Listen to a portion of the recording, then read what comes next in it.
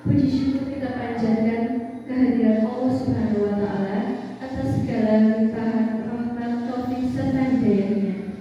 Alhamdulillah, kita dalam keadaan sehat walafiat dalam acara berbagi praktik baik budaya disiplin positif oleh Bapak Yuni Hadiah SPD dan Bapak Eko Susilo SPD. Bapak Ibu yang kami hormati, sebelum acara kami mulai, perkenankan saya untuk membacakan susunan acara. Susunan acara yang pertama, pembukaan. Kedua, sambutan Bapak Kepala Sekolah. Yang ketiga, kegiatan diseminasi berbagi praktik baik budaya disiplin positif. Dan keempat, penutup. Acara yang pertama, pembukaan. Bapak Ibu yang kami hormati, mari kegiatan diseminasi ini kita buka dengan bacaan basmalah. Acara yang kedua, sambutan Bapak Kepala Sekolah. Ada Bapak Warno SPD FPDI, kami persilakan.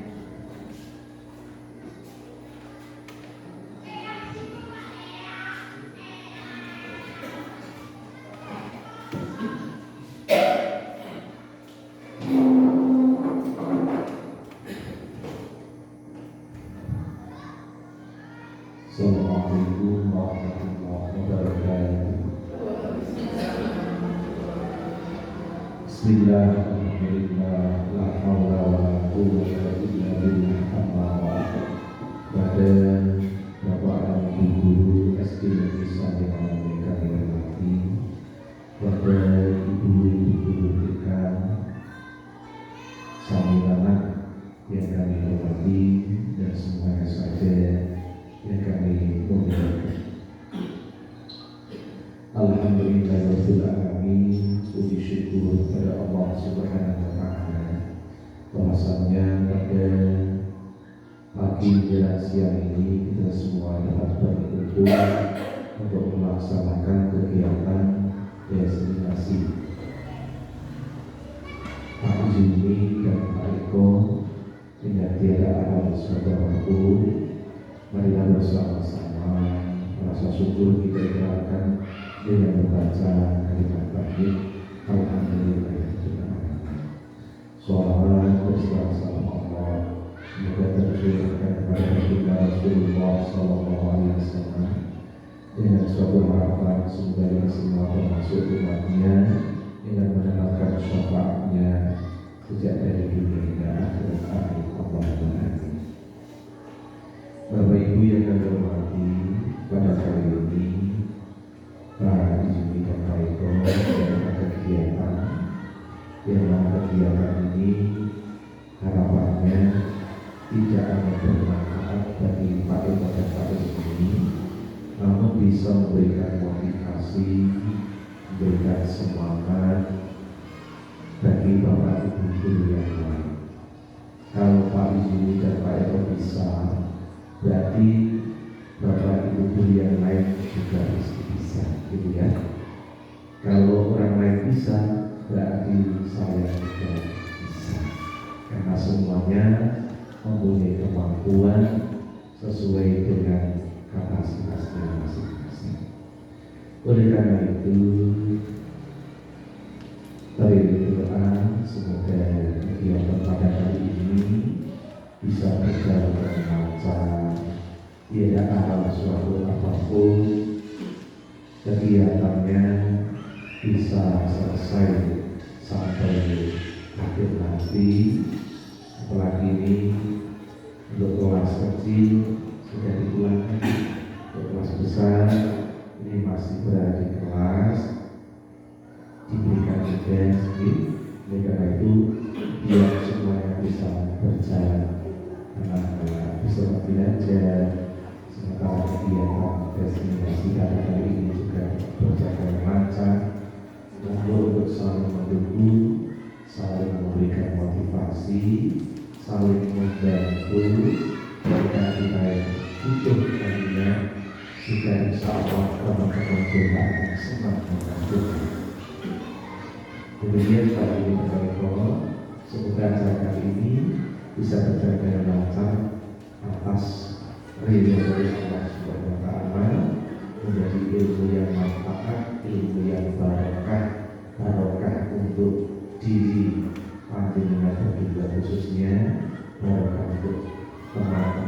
selalu kerja dan hubungannya berbakat bagi keluarga kita semua. Amin Allahumma amin. Demikian kurang lebih maaf. Atur dalam wassalamualaikum warahmatullahi wabarakatuh.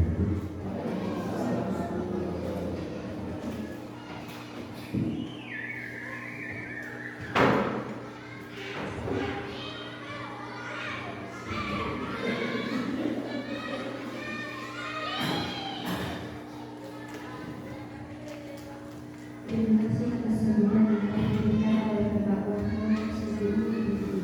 Acara yang selanjutnya yaitu kegiatan diseminasi berbagi praktik baik budaya disiplin positif yang akan dibawakan oleh Bapak Yudi Hadian dan Bapak Eko Susilo.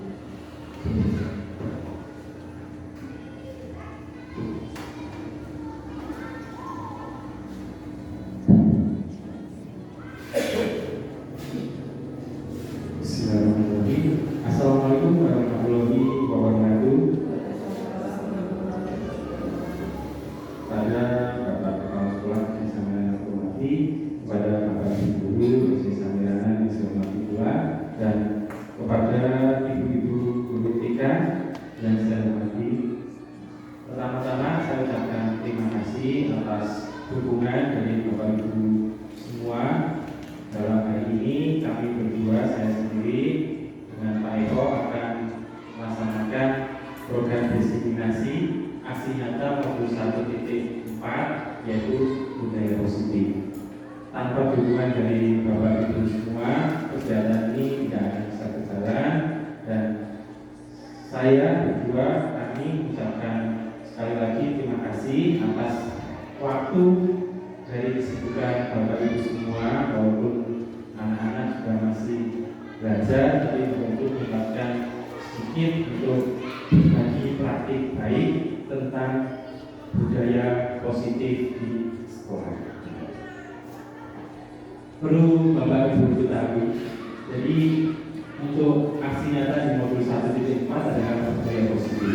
Mungkin dari Bapak Ibu ada yang sudah tahu atau sudah mendengar kata budaya positif, mungkin ya belum.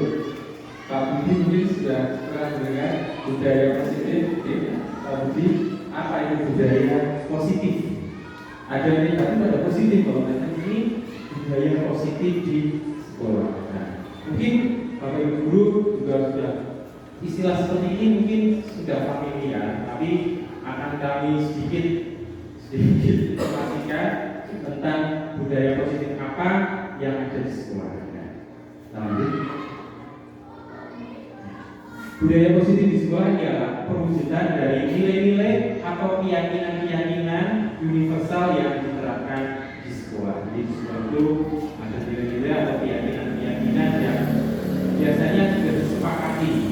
Nanti dengan budaya positif di atas dapat menumbuhkan sikap gotong royong, mampu melakukan kegiatan secara bersama-sama sehingga tercipta kolaborasi yang baik antar warga sekolah. Jadi dalam satu sekolah ini tidak hanya guru dan siswa, tapi utamanya juga guru dan kepala sekolah, guru dengan teman sejawat juga, dan guru juga dengan penjaga. Itu ada kolaborasinya, dan sehingga tercipta kolaborasi antar warga sekolah dan berkarakter baik sesuai dengan profil pelajar Pancasila. Selanjutnya, perubahan paradigma baru. Jadi dari perubahan konsep dasar di modul 1.2 positif ini, nanti kita akan belajar tentang disiplin positif, tentang kebutuhan dasar manusia, itu manusia, ya, tapi manusia. Yang selanjutnya adalah motivasi perilaku manusia. Yang selanjutnya adalah posisi kontrol. Yang selanjutnya adalah keyakinan kelas, dan yang terakhir adalah segitiga restitusi. Dari keenam paradigma baru ini nanti akan kita jabarkan, akan kita informasikan kepada Bapak Ibu guru semua, dan mungkin nanti juga ada praktek untuk membuat keyakinan kelas nanti di tahap selanjutnya. Perubahan perubahan paradigma baru dari stimulus respon menjadi teori kontrol pada stimulus respon. Kebutuhan semua orang sama. Semua orang melihat yang sama. Guru mencoba mengubah murid agar berpandangan sama dengan guru. Perilaku guru dilihat sebagai sebuah kesalahan. Guru bisa mengontrol murid dengan model berpikir menang kalah. Untuk teori kontrol kebutuhan tidak sama, seperti semua orang memiliki gambaran berbeda. Guru berusaha memahami pandangan murid atau perilaku guru murid memiliki tujuan. Guru tidak bisa mengontrol murid dan model berpikir menang sendiri. Jadi nanti ada paradigma yang akan kita ubah dari pandangan-pandangan seorang guru. Kalau guru itu dulu hanya melihat murid itu memiliki kebutuhan sama, nanti kita ubah. Jadi setiap anak itu memiliki kodrat alam dan kodrat nyaman yang berbeda. Jadi setiap anak itu juga memiliki bawaan kodrat tersendiri. Jadi sebagai guru hendaknya kita hanya menuntun. Tidak boleh kita memaksakan sesuatu yang mungkin bukan kebutuhan siswa. Jadi nanti pembelajaran yang dulunya mungkin terpusat di guru, nanti akan kita kembalikan pembelajaran berbeda dengan pusat pembelajarannya di siswa. Jadi guru hanya sebagai fasilitator saja. Seperti itu. Jadi intinya nanti kita harus bisa melihat sesuai dengan kebutuhan dari murid-murid yang berbeda di kelas atau di sekolah. Sekarang kita akan yang kedua dengan disiplin positif. Makna disiplin cenderung diartikan sesuatu yang dilakukan seorang pada orang lain untuk mendapatkan kepatuhan. Kecenderungan tersebut haruslah diubah. Sebagai pendidik, kita harus menciptakan anak-anak yang memiliki disiplin diri yang berasal dari dalam diri anak sendiri atau dari unsur intrinsik. Jadi menanamkan sikap disiplin itu bukan dari perintah guru. Besok kamu harus berangkat pagi, jangan sampai terlambat. Tapi butuh kesadaran dari anak. Anak itu, saya kalau nanti datang terlambat, saya nanti akan ketinggalan pelajaran. Jadi punya rasa ada besar, ada rasa tanggung jawabnya dari anak. Bukan karena peraturan sekolah anak-anak harus berangkat pukul 7. Jadi anak nanti kalau tidak pukul 7 nanti anak akan mendapat sanksi. Jangan seperti itu, karena nanti itu malah akan cenderungnya ke tidak dari unsur intrinsik dari diri anak, tapi cenderungnya anak akan melakukan seperti itu karena terpaksa atau karena dia akan takut untuk mendapat sanksi atau hukuman. Jadi sehingga dari kalau sudah cenderung dari diri anak sendiri, sehingga mereka dapat berperilaku mengacu dengan nilai-nilai kebajikan, bukan dengan yang kita hajat atau pencapaian suatu tujuan maupun terhindar dari rasa tidak nyaman. Jadi disiplin itu kalau dimulai dari diri sendiri atau dimulai dari diri anak tidak terpaksa, anak tidak takut dapat sanksi atau pelanggar aturan, itu akan anak itu belajar di sekolah itu dengan perasaan yang nyaman, yang damai, yang senang. Jadi dia memang berangkat pagi karena senang, bukan karena dia berangkat pagi itu takut terlambat. Tapi dia memang saya harus berangkat sebelum jam 7. Itu sudah menjadi kebiasaan yang berasal dari dirinya sendiri atau unsur itu cenderung akan lebih tertanam atau lebih termotivasi pada diri. Yang selanjutnya adalah kebutuhan dasar manusia. Jadi manusia tentu memiliki kebutuhan. Yang pertama adalah penguasaan. Jadi penguasaan itu adalah kebutuhan atas kemampuan. Jadi setiap orang itu memiliki keinginan untuk dianggap atau dianggap berharga.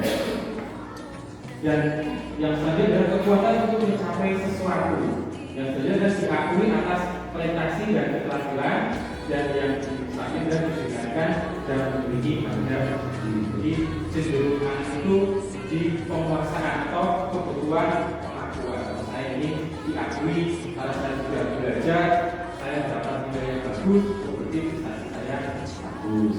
Oh, saya ingin didengarkan. Jadi anak-anak dalam belajar juga kita tidak cenderung guru itu memberikan sesuatu yang tidak melihat pada kondisi anak dalam satu kelas yang tadi saya jelaskan di awal. Jadi dalam satu kelas itu kemampuan atau kebutuhan siswa itu berbeda. Jadi tidak mungkin dalam satu kelas kita mengajarkan itu materi yang satu itu bisa diterapkan dalam anak satu kelas. Tapi kita harus bisa melihat jadi kebutuhan atau kodrat yang sudah dimiliki oleh anak. Jadi guru dipandu-pandulah dalam melihat kebutuhan yang diinginkan oleh anak. Jadi kalau anak inginnya seperti ini kita dengarkan, terus nanti kita anak seperti ini mungkin dia belajarnya butuh dengan model visual, jadi dia membaca bisa. Oh yang ini butuhnya pakai audio, oh dia mendengarkan, dia dikasihkan suatu musik nyanyian dulu, terus mendengarkan musik, jadi dia bisa belajar atau audio visual. Jadi yang mana itu memiliki kebutuhan yang berbeda. Yang selanjutnya adalah kesenangan. Iya, tidak lepas dari beberapa anak-anak. Jadi beberapa anak-anak itu dari umur 5 sampai 12 tahun itu memang masih mencari kesenangannya dengan bermain atau tertawa. Jadi kalau Bapak Ibu guru melihat anak-anak tertawa, itu malah kita seharusnya itu senang daripada melihat anak itu cenderung murung, seperti takut atau seperti dia itu kosong gitu loh, kosong apalagi sampai anak-anak itu berantem. Tapi kalau kita melihat keceriaan anak itu, kita melihat anak-anak ceria bermain, bisa bergaul dengan sesama teman, itu malah cenderung kita melihat anak itu, berarti anak itu dalam keadaan yang tidak tertekan, mungkin dia dengan bahagia. Itu bisa dilihat dari rasa kita melihat face anaknya. Tapi kalau anaknya dia aja di kelas, nah itu berarti kita butuh pendalaman. Nah selanjutnya adalah butuh kasih sayang dan rasa diterima.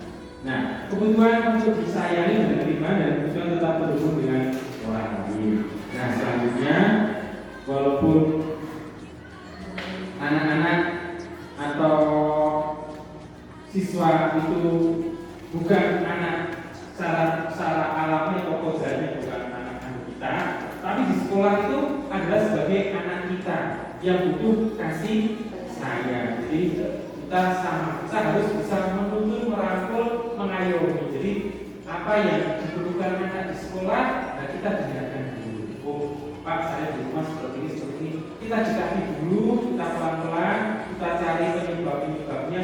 Suatu ketika itu belum tentu anak. Misalnya ada anak kesulitan dalam belajar. Anak ini biasanya nilainya bagus. Suatu ketika kalau nilainya rendah, itu belum tentu karena anak itu tidak belajar. Mungkin ada faktor-faktor lain yang menghambat anak itu dalam belajar. Mungkin ada permasalahan di keluarga. Mungkin paginya tidak dikasih uang saku atau apa. Kita cari, jangan kita langsung menjadi. Kenapa kamu nilainya hari ini kok menurun? Kemarin nilainya sudah 100, hari ini kamu tidak belajar ya? Tapi kita cari secara pelan-pelan, nanti akan lebih jelasnya lagi nanti pada bab 3 restitusi. Nanti akan dipraktek oleh teman saya Pak Eko untuk mencari penyebab atau keyakinan dari anak keyakinan. Yang selanjutnya adalah kebebasan atau kebutuhan akan kuliah. Jadi anak-anak dengan kebebasan yang tinggi, mengingat pilihan mereka pun banyak bergerak, suka mencoba dan selalu terpengaruh oleh orang lain dan senang juga hal baru dan menarikkan. Ini tantangan bagi seorang guru. Jadi cenderungnya untuk guru-guru seperti saya, guru-guru yang lama itu cenderung kita hanya mengajar di depan kelas tanpa kita bermotivasi. Jadi, tantangan bagi kita dalam belajar itu, kita itu banyaklah untuk praktek. Banyaklah anak itu untuk melihat pembelajaran yang faktual, yang nyata. Jadi suatu ketika anak memang tidak hanya anak itu diberikan hanya teori saja, tapi anak-anak perlu kita ajak keluar ke sesuatu yang sesuai dengan pembelajarannya. Mungkin pembelajaran bercocok tanam, ya suatu ketika anak bisa diajak bermain ke sawah. Anak jadi bisa melihat langsung, oh cara menanam padi itu seperti apa, oh dari membaca, dari mengairi air, dari menanam, dari nanti merawat, seperti itu. Jadi anak-anak akan lebih tertarik kalau pembelajarannya tertarik, tidak hanya klasikal saja, hanya guru menjelaskan, anak mengerjakan, nanti anak akan bosan. Tapi anak dikasih suatu tantangan, dikasih suatu praktek, dikasih suatu coba atau uji coba atau diajak-ajak bermain keluar. Nah itu yang diharapkan. Jadi anak memiliki kebebasan dan kedua akan pilihannya. Karena seperti tadi ada anak yang cenderung belajar lebih cenderung belajar di luar sekolah, atau cenderung belajar dengan mendengarkan musik, atau cenderung belajarnya harus dengan keadaan yang tenang gitu. Karena setiap orang seperti tadi ya kita bahas tadi sudah memiliki kodrat dan kebutuhan sendiri-sendiri. Jadi kita harus bisa melihat kebutuhan dari anak-anak yang kita ajar. Nah, selanjutnya, motivasi perilaku manusia itu menurut J. Gosen, yang pertama adalah untuk menghindari ketidaknyamanan atau hubungan. Jadi contohnya murid bertanya, apa yang akan terjadi apabila saya tidak melakukannya? Hal tersebut merupakan motivasi eksternal. Jadi kadang untuk menghindari ketidaknyamanan atau hubungannya, jadi anak itu harus punya motivasi eksternalnya. Jadi kalau dari motivasi internalnya ada niatnya, eksternalnya misalnya kalau saya tidak melakukannya, tentu saya tidak akan menerima hukuman atau saya tidak akan mendapat tugas seperti itu. Yang kedua adalah untuk mendapatkan imbalan atau penghargaan dari orang lain. Contohnya adalah murid bertanya, apa yang akan saya dapatkan apabila saya melakukannya? Hal tersebut juga merupakan motivasi eksternal. Jadi kalau anak-anak dikasih tugas, nanti suatu ketika tugas itu dilombakan, nanti anak-anak akan atau termotivasi, Pak. Kalau saya nanti tugasnya paling baik, nanti Bapak Guru akan memberikan penghargaan, akan memberikan hadiah. Itu adalah salah satu motivasi eksternalnya. Jadi tidak hanya sebatas nilai. Kalau guru kan kadang wah ya bagus nilainya 100, 90, 80. Tapi ada suatu ketika guru juga perlu memberikan motivasi eksternal dengan memberikan reward atau hadiah. Itu seperti itu. Jadi maksudnya itu untuk motivasi eksternal, tapi tidak wajib juga. Itu hanya sebagai stimulus atau dorongan agar anak lebih semangat. Yang ketiga adalah untuk menjadi orang yang mereka inginkan dan menghargai diri sendiri dengan nilai-nilai yang mereka percaya. Murid akan bertanya, akan menjadi orang yang seperti apa saya jika saya melakukannya?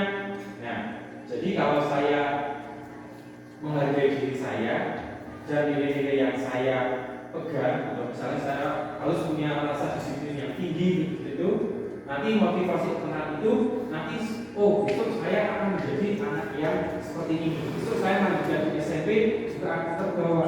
Saya sikap keyakinan saya atau karakter saya harus disiplin. Itu seperti itu.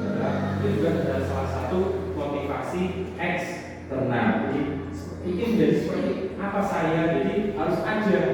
Jadi anak itu harus punya impian. Saya akan menjadi seperti ini. Saya akan menjadi seperti ini. Kalau anak sudah punya impian seperti itu, nanti insya Allah anak itu akan termotivasi untuk bisa mencapai tujuan yang mereka inginkan.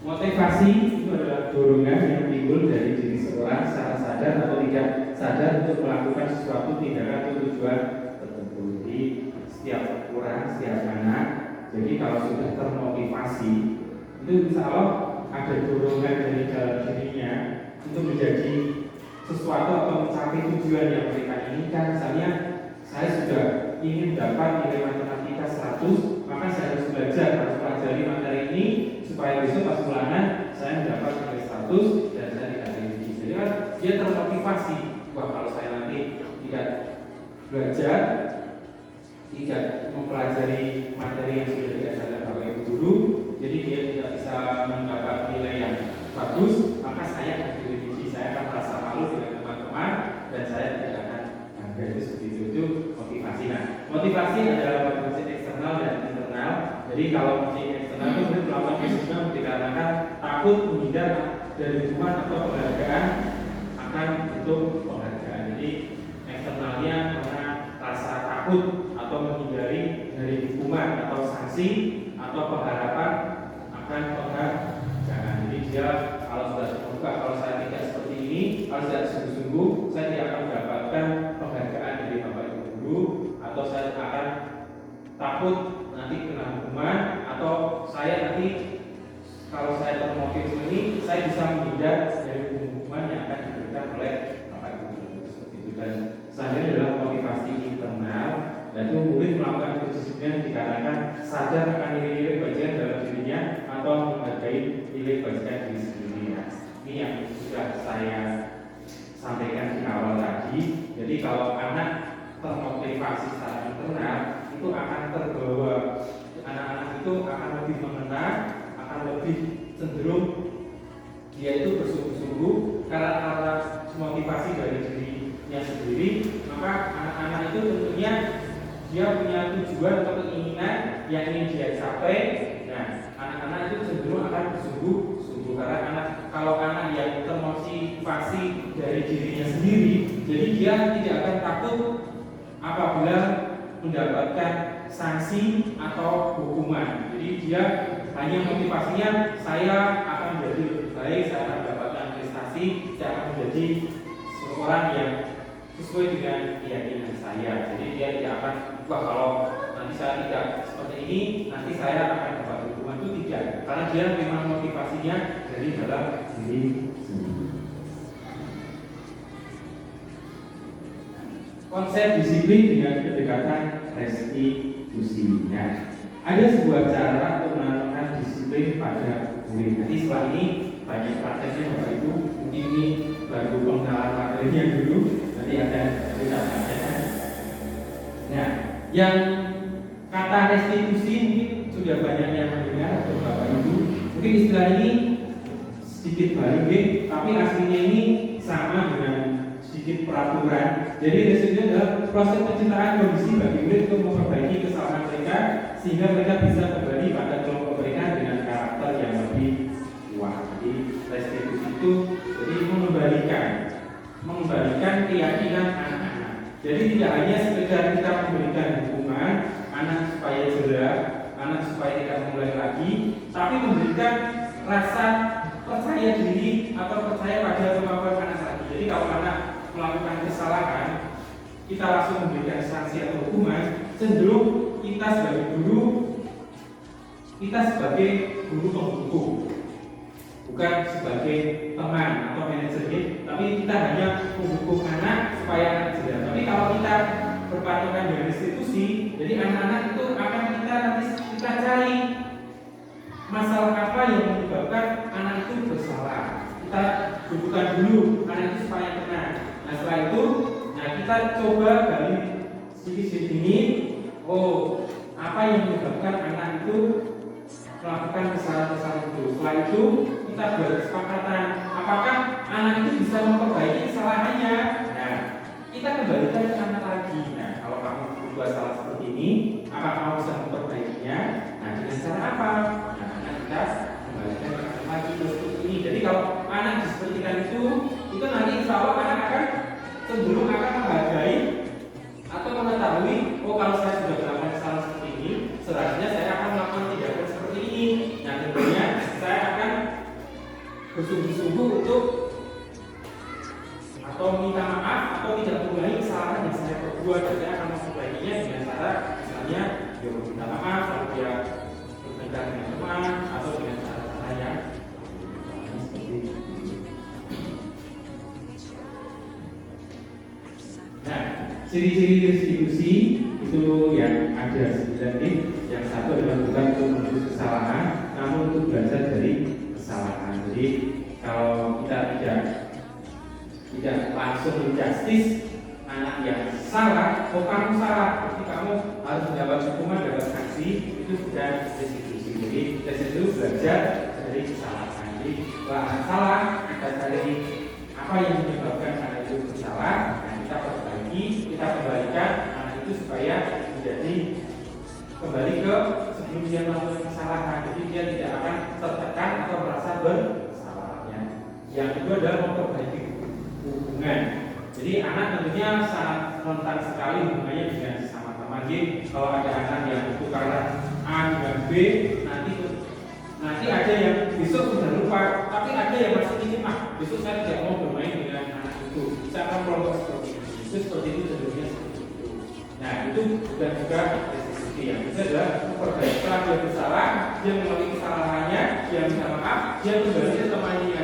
Jadi kesalahan yang kemarin dia sudah sama-sama memaafkan, sudah tidak seperti lagi. Tapi kalau masih dulu, kamu sudah nakali saya tidak akan pernah main sama kamu. Kamu dulu sudah pernah minta uang saya, bahkan saya, jadi saya tidak jajan gara-gara kamu, saya tidak akan pernah jajan. Itu bukan restitusi. Yang sebenarnya adalah tawaran atau bukan paksaan. Jadi restitusi bisa ditawarkan, bukan dipaksakan. Jadi nanti dalam perbaikan restitusi, anak itu ditawarkan untuk mencari solusinya sendiri. Bukan dipaksa kamu harus oke, kamu harus minta maaf sama ini, harus seperti ini, kamu tidak boleh seperti, kamu besok tulis 100 kali seperti ini, itu dipaksa.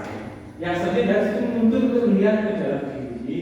Seperti tadi, karena kodrat anak sebagai kodrat alam dan kodrat zaman, jadi tugas kita hanya menuntut anak supaya menjadi lebih baik. Yang sebenarnya dari situ mencari kebutuhan dasar, seperti tadi kebutuhan dasar manusia itu untuk mendasari tindakan-tindakan mereka untuk berbuat lebih baik. Dan restitusi adalah cara yang paling baik. Ya mungkin dari beberapa teknik untuk memperbaiki kesalahan siswa, salah satu yang ditekankan dalam praktik baik ini adalah dengan cara nanti segitiga restitusi. Jadi restitusi yang saja dari berfokus pada karakter bukan tindakan. Jadi nanti memperbaikinya itu di karakternya atau keyakinannya, bukan tindakan untuk memperbaiki kesalahan. Jadi yang dilanggar itu keyakinan apa? Oh, disiplinnya. Ya berarti kita harus memperbaiki karakter di disiplin. Jadi restitusi fokus pada solusi utamanya. Yang jelas adalah memberikan solusi, bukan memberikan hukuman atau memberikan permasalahan yang lebih besar. Jadi kalau anak bertengkar, nanti membawa orang tua, membawa keluarga, itu kan menambah masalah. Nah, yang kita harapkan dari restitusi ini adalah kalau anak bertengkar, kita selesaikan dulu secara intern. Kalau bisa di kelas langsung diselesaikan. Jangan sampai nanti anak dibawa pulang, nanti akan menimbulkan orang tua nanti salah. Karena perlu Bapak Ibu ketahui, penyampaian anak kepada orang tua itu belum tentu sama dengan apa yang terjadi di sekolah. Jadi kadang kita harus hati-hati dalam memberikan sesuatu ke anak. Jadi anak itu menyampaikannya padahal sebetulnya bukan seperti itu. Puasa seperti ini, sama guru seperti ini, tapi salah. Jadi kalau orang tua dalam kondisi yang sadar mungkin dia bisa menerima. Tapi kalau orang tuanya pas kondisinya lagi tidak enak, lagi emosi, nanti malah akan menimbulkan sebuah permasalahan baru bagi pihak sekolah yang sedang. Jadi membalikan murid yang berbuat salah pada kelompoknya. Jadi setelah anak salah, anak itu jangan dikucilkan atau dihindari, tapi harus bisa kembali ke kelompoknya, di kelasnya. Kalau misalnya ada suatu anak yang mungkin berbuat salah pada temannya, nah kalau anak itu benar-benar sedar dan mau minta maaf, anak itu harus kita terima lagi. Dan kita harus sebagai guru juga harus bisa merangkul, seperti memberikan arahan atau himbauan pada anak-anak yang lain supaya jangan memunculkan satu anak atau membedakan anak dalam bergaul. Jadi dalam restitusi ini itu yang perlu dihindari adalah berkelompok dalam kelas. Itu tidak bagus karena dia berkelompok. Kalau anak itu sudah cenderung saya kelompoknya ini, nanti dia suatu ketika saya akan kelompokkan belajar dan ini mesti dia protes. Itu seperti itu. Jadi hindari anak-anak berkelompok. Jadi seyogyanya bagi guru selalu merotasi rotasi untuk berkelompok. Kalau anak cenderung hanya dalam satu bangku yang dia senangi atau yang teman-temannya dia senangi, nanti cenderung anak-anak itu akan hanya pada kelompok tertentu itu saja. Tapi kalau kita sering merotasi atau memutar-mutar kelompoknya, tidak harus laki-laki atau perempuan dan perempuan balik-balik, tapi kita atur rotasi terus. Nah, nanti dia akan menerima dengan kelompok-kelompok yang lain. Jadi seperti itu.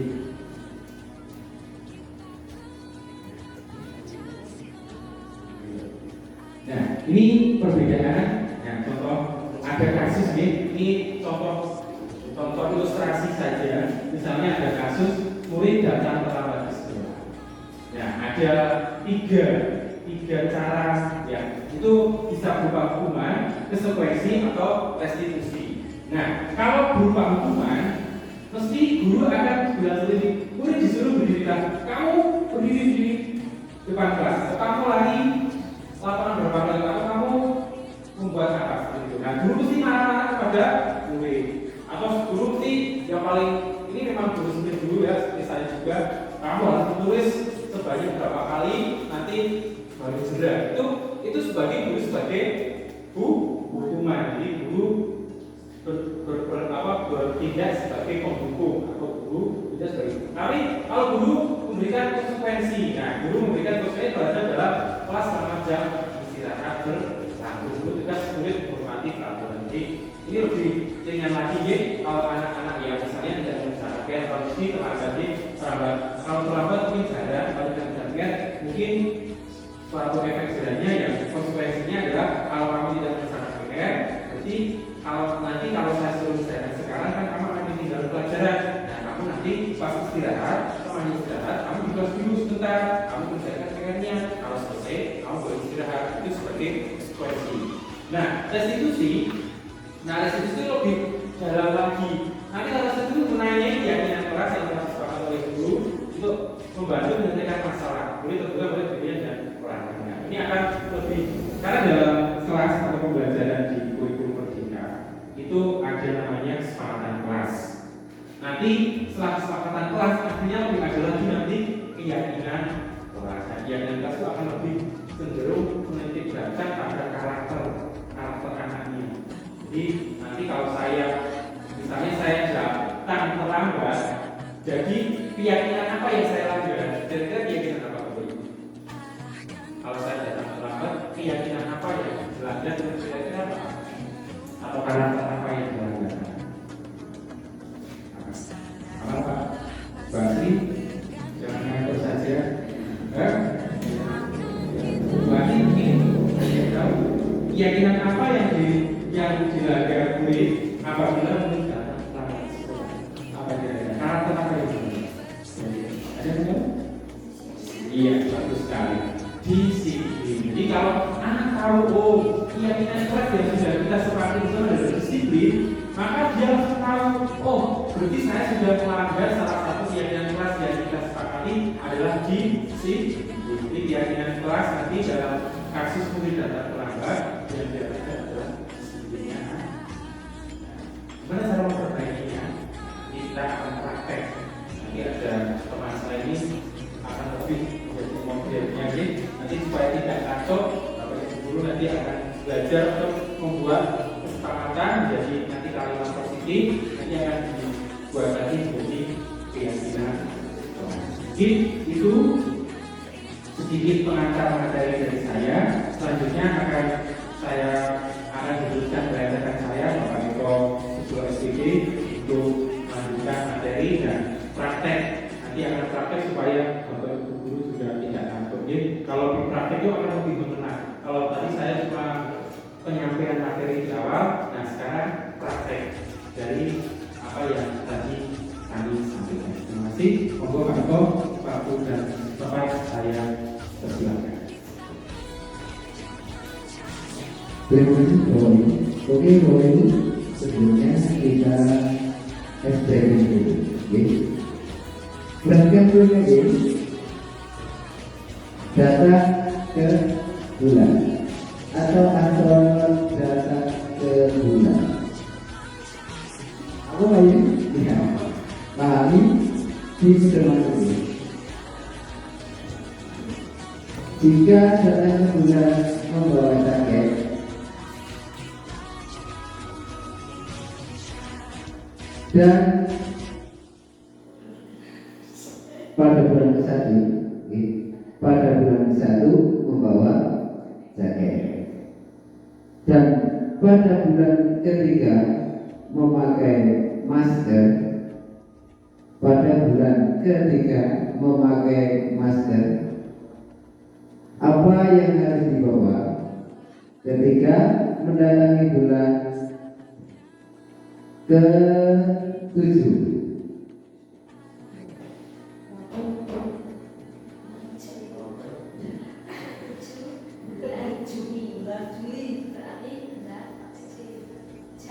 Udah, teman kembali.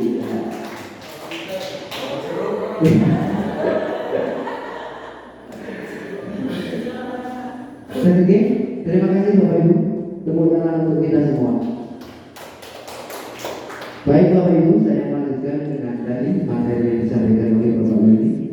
Tugas saya melanjutkan. Yang kelima adalah posisi kontrol guru. Posisi kontrol guru ini kondisi kita di saat kita di sekolah. Yang pertama sebagai penghukum atau punishment. Kalau bahasa kerennya ya Pak Polisi dan Kejaksaan. Yang kedua membuat rasa bersalah. Yang ketiga pemantau, pelihat, pemantau. Yang keempat sebagai teman dari siswa kita. Kemudian yang berikutnya adalah sebagai manajer. Contoh penerapan 5 posisi kontrol. Perhatikan kasusnya Bapak Ibu. Terdapat kasus di sebuah sekolah, murid tidak memakai atribut lengkap saat upacara bendera. Bisa kaos kaki, bisa sepatu yang sesuai keyakinan sekolah, merupakan sepatu hitam, atau tidak lupa membawa topi atau jas. Ini contoh sebagai penghukum. Kita menyampaikan kepada siswa kita, patuhi peraturan sekolah, berdiri di barisan baik. Itu contoh yang setiap hari kita lakukan. Misal ada anak kelas 2, kelas 3 lupa bawa topi, itu yang sering kita jumpai setiap hari dan yang sering kita lakukan dalam kegiatan hari ini. Maka bagaimana solusi terbaik untuk membangun sekolah SD Satria nanti? Yang berikutnya sebagai membuat rasa bersalah. Nah, coba ini yo, proses ide kan, tidak langsung terus memakai kata seperti habis tapi berapa kali ibu bilang sama kamu, ibu kecewa sama kamu, karena kecewa itu di atas marah karena diganggu. Yang berikutnya sebagai teman, kamu lagi, jangan gitu dong, ayo gabung dengan yang lain, untung ada ibu. Nah, ini kita berdekatan sebagai teman. Yang berikutnya sebagai pemantau, kamu sudah melanggar peraturan sekolah, kamu tahu konsekuensinya. Nanti saya cek, kerjakan apa yang seharusnya kamu kerjakan. Jadi yang pemantau itu hampir sama dengan pemberi hukum. Hanya penghukum dan pemantau itu bedanya memberikan konsekuensi. Hukuman dan konsekuensi itu hampir sama, berupa tugas yang dikerjakan oleh suatu anak. Namun kalau hukuman itu sudah kita landasi terlebih dahulu. Kalau konsekuensi misalnya ada anak tidak sengaja menabrak sepeda motor bapak ibu guru terus jatuh, itu namanya konsekuensi. Kemudian yang lain adalah manajer. Apakah kamu tahu kesalahan kamu? Apa kira-kira pendapatmu bagaimana cara memperbaiki kesalahan kamu? ini posisi yang terbaik yang harus kita gunakan, yang Bapak Ibu bersama-sama mari kita bangun SD Negeri Sandaran ini dengan posisi Bapak Ibu guru di sekolah sebagai manajer, sehingga nanti dalam penyelesaian segala masalah yang ada pada siswa itu diselesaikan dengan restitusi atas pendidikannya Bapak ini tadi. Yang kelima, yang keenam, keyakinan kelas, sesuatu yang diyakini bersama yang berasal dari penyatuan pikiran untuk menjadi nilai-nilai kebaikan untuk diturunkan di kelas. Nah, sebelum atau untuk mengakhiri suatu masalah. Seandainya ada masalah yang terlambat, tidak mengerjakan PR, tidak berseragam, tidak memakai buku jadwal pelajaran yang sesuai hari itu, nah itu kita lanjutkan, kita berikan solusi dengan menggunakan keyakinan kelas. Begitu Bapak Ibu. Sekarang sebelum kita lanjut ke keyakinan kelas, sebelum keyakinan kelas tentu kita ada peraturan. Tolong untuk Bu Adi, kira-kira peraturan itu apa? Kita sering mendengar di undang-undang, di jalan-jalan, bahkan di mana saja selalu ada aturan. Nah, aturan itu kira-kira yang seperti apa?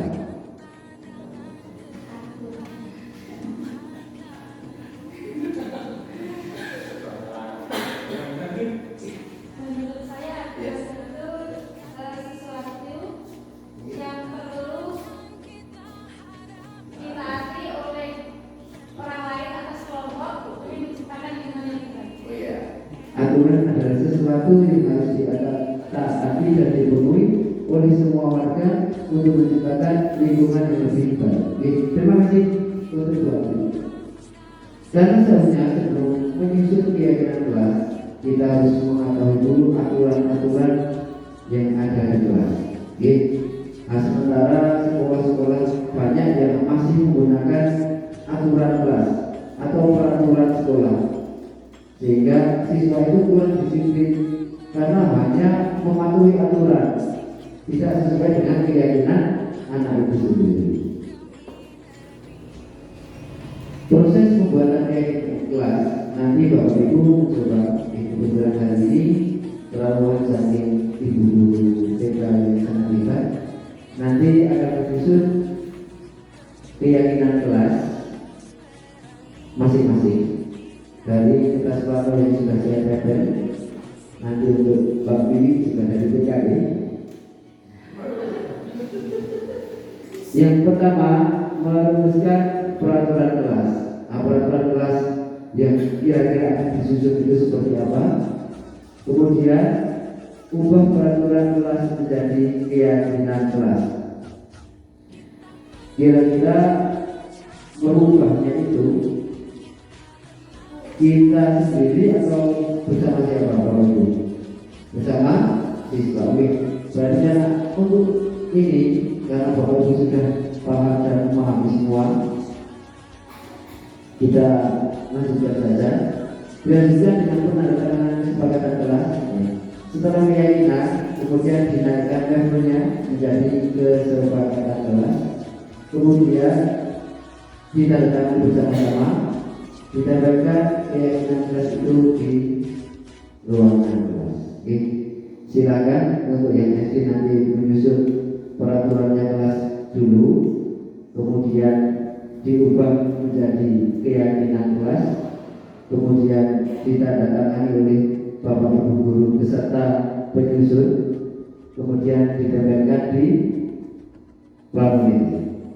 Oke, silakan Bapak Ibu. Kamu di mana sih? Beri kamu ini.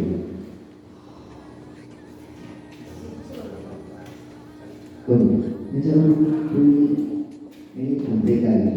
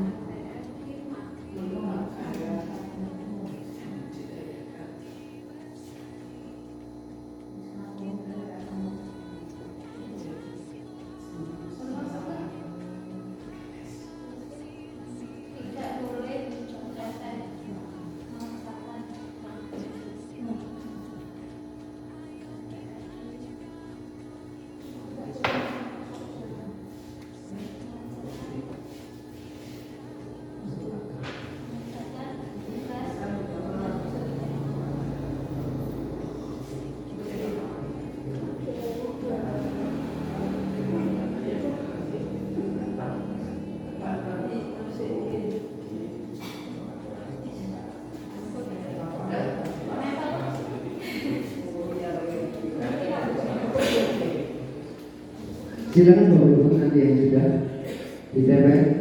Oh ini sih berat-berat sisi keyakinan.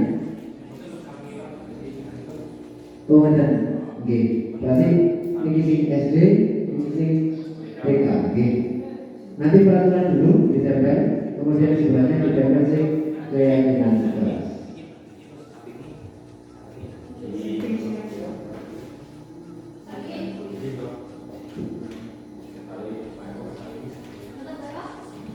Dan di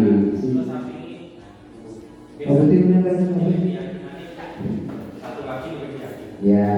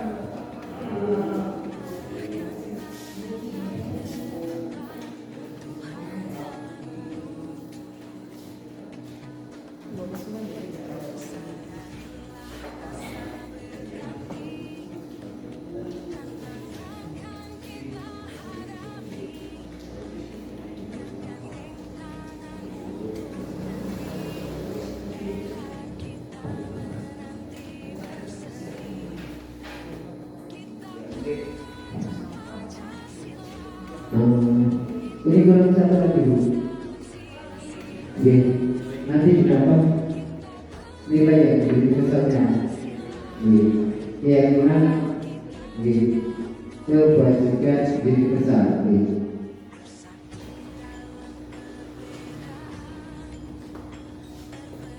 Contoh ini dilarang buang sampah sembarangan. Ini masih berupa kalimat negatif. Kemudian diperhalus menjadi buang sampah pada tempatnya. Kira-kira nilai kebajikan diri sesanya itu apa? Apa?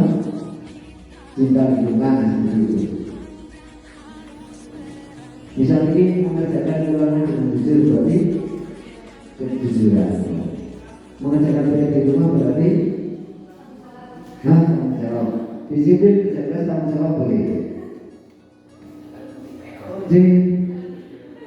Engkau seperti itu. Oke, iya, ikannya. Oke.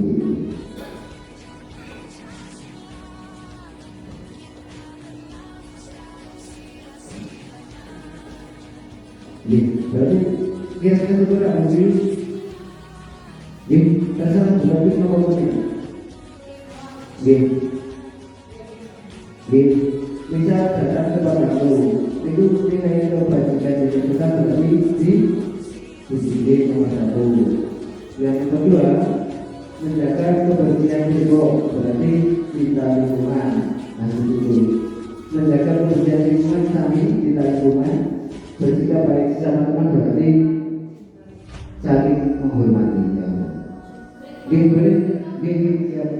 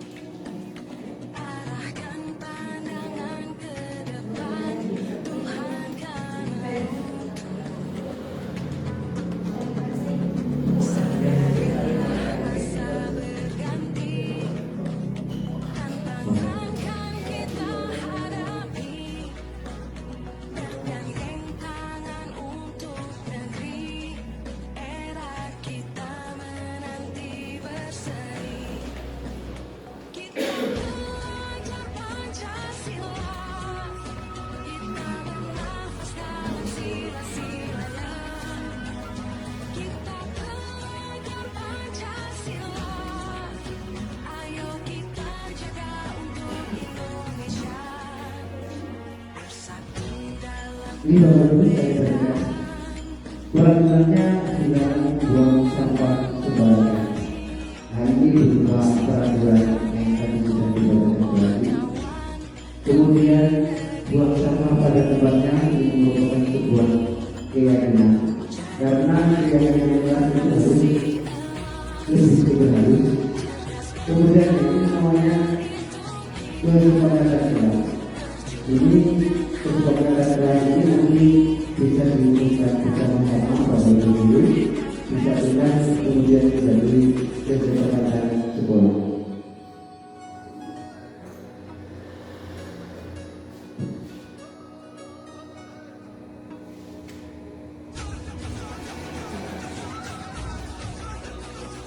Terima kasih Bapak Ibu telah menyelesaikan tugas kita dalam menyusun keyakinan kita.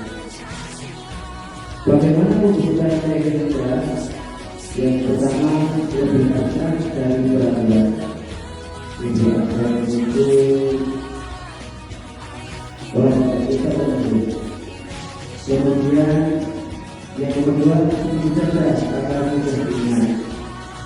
Jangan sampai pada bisa sebagai masyarakat itu sampai agar siswa selalu mengingat.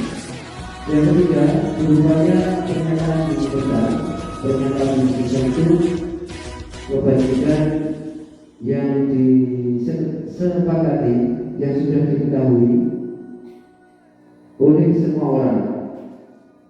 Nah, kebersihan, kejujuran itu kan sudah semua menyepakati, nah itu hal yang baik.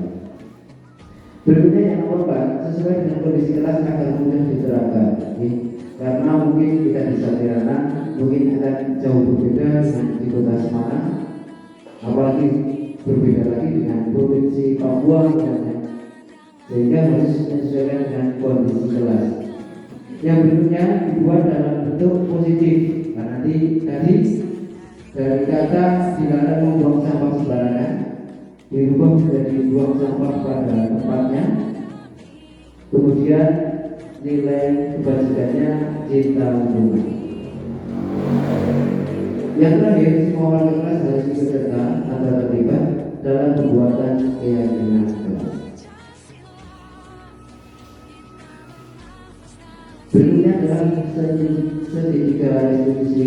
Ini bagaimana cara menangani kita menghadapi siswa kita ketika ada siswa yang bermasalah atau tidak sesuai dengan keyakinan kelas. Yang pertama, menstabilkan identitas.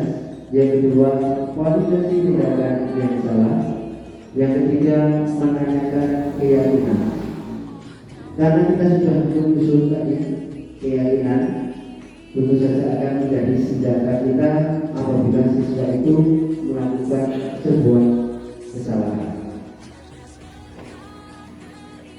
Yang pertama, menstabilkan identitas. Menstabilkan identitas berarti mendorong siswa untuk berefleksi bahwa tindakannya salah. Contoh kata-kata yang bisa diterapkan dalam menstabilkan identitas adalah tidak apa-apa berbuat salah, atau kita bisa menyelesaikan ini. Contoh kasus, seorang siswa yang selalu membolos sekolah, guru mendorong siswa untuk berefleksi, untuk menyadari tindakan salah dan membawa konsekuensi, tidak naik kelas atau tidak mendapatkan pelajaran, lalu membantu siswa memperbaiki kesalahannya tersebut. Nah, kegiatan menstabilkan identitas ini sampai siswa-siswa mengaku merasa melakukan sebuah kesalahan. Kita bawa, kita bikin beberapa pertanyaan. Misal datang terlambat, kenapa kok datang terlambat? Oh, ayahnya tadi malam mengajak nonton pasar malam di Gandangan sampai jam 11 malam. Baru pulang buku, jam setengah 7 baru bangun, kemudian mandi, akhirnya datang ke sekolah. Nah, kegiatan yang seperti itu namanya menstabilkan identitas.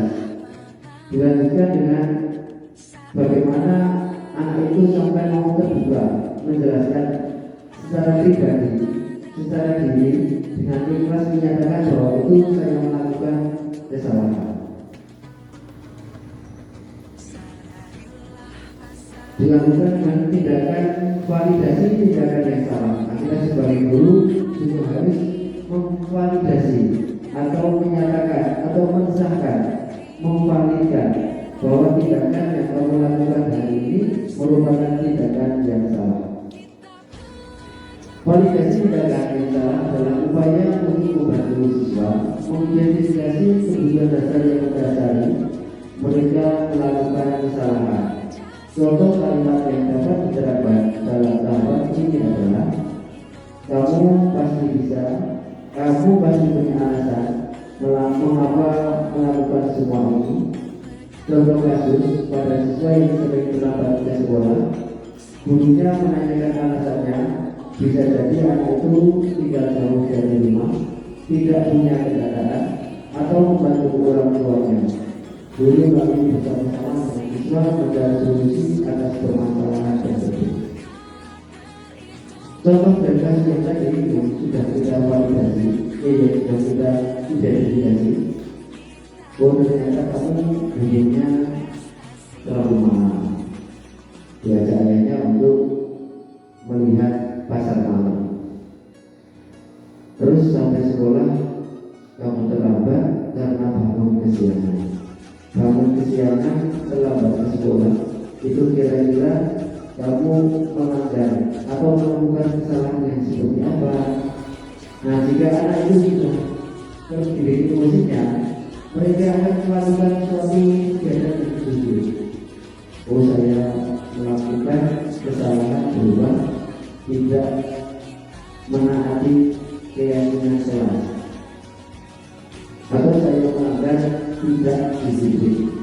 Ada banyak demikian, nanti kita sudah menyelesaikan masalah itu dengan cara yang ketiga, yaitu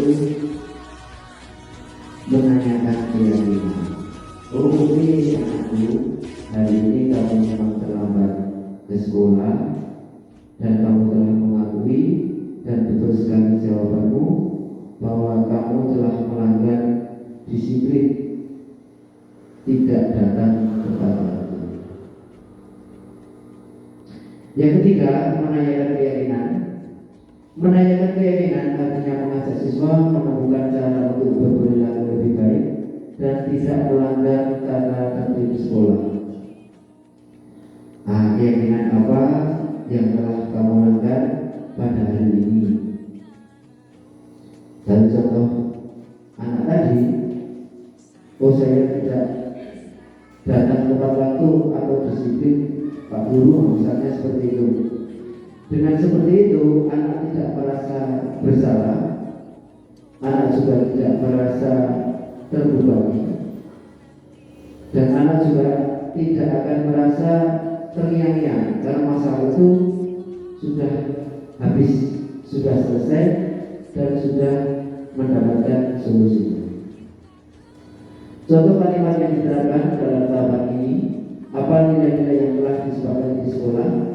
Contoh kasus pada siswa yang suka melanggar tata tertib, guru dapat membantunya beradaptasi dan mengingat kembali nilai-nilai di sekolah serta membantunya berefleksi apa saja yang ingin dicapai.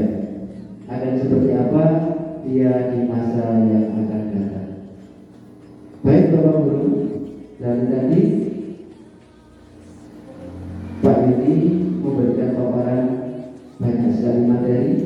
Dilanjutkan dengan saya, kira-kira ada yang perlu ditanyakan?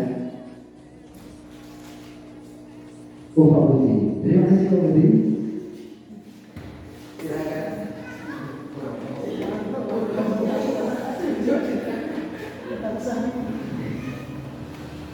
Terima kasih atas waktunya. Yang saya tanyakan adalah yang tadi itu masalah peraturan kelas dan keyakinan kelas. Nah itu perbedaan dan bersamanya. Terima kasih, tepuk tangan untuk Pak Budi. Kita sering menjumpai tata tertib sekolah atau peraturan sekolah. Nah itu kira-kira yang membuat kita sebagai guru atau membersamai siswa kita menyusun itu hanya guru ini. Bahkan ada yang berebut langsung diceritakan, kemudian ditandatangan oleh bapak kepala sekolah. Nah itu yang dinamakan peraturan sekolah. Maka banyak sekali sekolah-sekolah kita anak yang kurang memahami dan kurang meyakini apa itu peraturan, apa itu yang harus dia lakukan, karena dia tidak meyakini wajib orang menunggangi itu apa sepatu lapangan seperti itu. Kemudian yang keyakinan kelas seperti yang sudah kita susun bersama-sama, seperti yang Bapak Ibu buat tadi secara berkelompok. Misal di dalam sebuah peraturan itu kita akan membuat dilarang membuang sampah sembarangan. Itu misal di dalam peraturan. Bunyinya seperti itu. Kemudian kita rubah atau kita naikkan levelnya agar lebih halus dan enak didengar. Buang sampah pada tempatnya. Ini sudah merupakan sebuah keyakinan Oke. Nah ini yang membuat kita kuning-kuning ini, kemudian yang barisan pink ini yang membuat juga masih kita bersama-sama ini. Kok ini? Soalnya ini peraturan yang akan kita buat, kondisi kelas yang akan kita inginkan, kemudian kita diskusikan dengan sekolah menjadi keyakinan kelas. Kemudian yang ini sudah diperhalus. Jadi perbedaan peraturan itu sesuatu yang harus atau yang idealnya terjadi di sebuah suatu lingkungan sehingga menjadi lingkungan yang nyaman dan aman seperti terkendali yang betul. Sementara keyakinan itu melibatkan semua orang ujung sekolah, tembok tertempel tata tertib sekolah. Ini berupa peraturan. Sementara kalau keyakinan sekolah itu kita susun bersama siswa. Begitu Pak Budi? Sudah puas? Oh iya. Terima kasih Pak Budi. Berikutnya Bu Astri.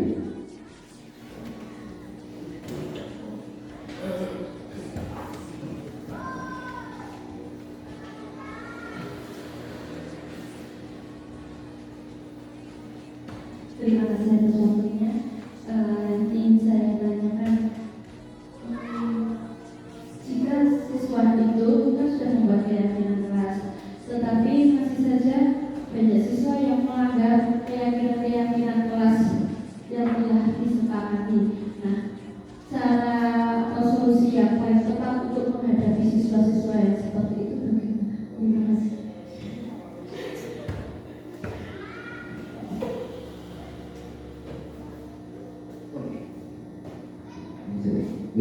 Pertanyaan yang sangat bagus dan menarik untuk kita cermati bersama-sama Bapak Ibu.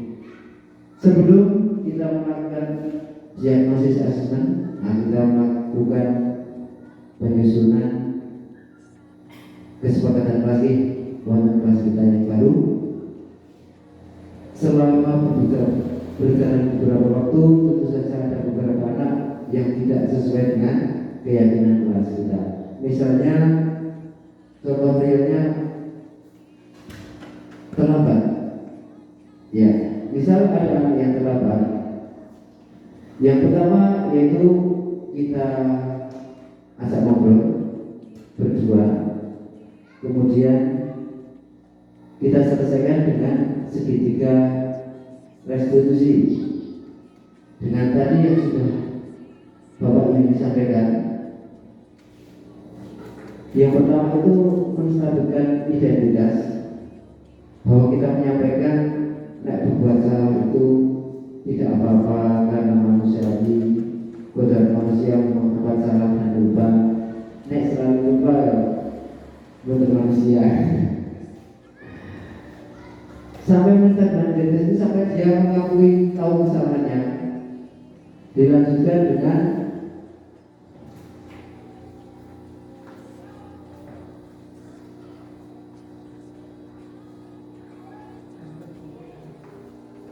memvalidasi tindakan salah sampai benar-benar siswa itu mengakui kesalahannya. Nah, sudah mengakui kesalahannya, solusinya bagaimana? Nah, kemudian kita tanyakan kembali, kamu kan sudah membuat keyakinan kelas bersama-sama dulu ketika awal pertemuan di kelas kita ini. Aspeknya kita cari solusi bersama-sama. Apa yang akan kamu tempuh, apa yang kamu inginkan setelah kejadian seperti ini, dengan kita merujuk kepada keyakinan yang sudah kita sepakati. Mana berarti? Ini. Demikian Bapak Ibu, terima kasih atas perhatian dan atensinya pada siang hari ini, telah meluangkan waktu dan kegiatan yang menyenangkan. Terima kasih untuk Bapak Wano yang telah memberikan kesempatan pada kami berdua, Bapak Ibu dari Bapak Ibu Guru TK dan Ibu Sambilana. Kami ucapkan terima kasih yang sebanyak-banyaknya. Kurang lebihnya kami mohon maaf. Kami akhiri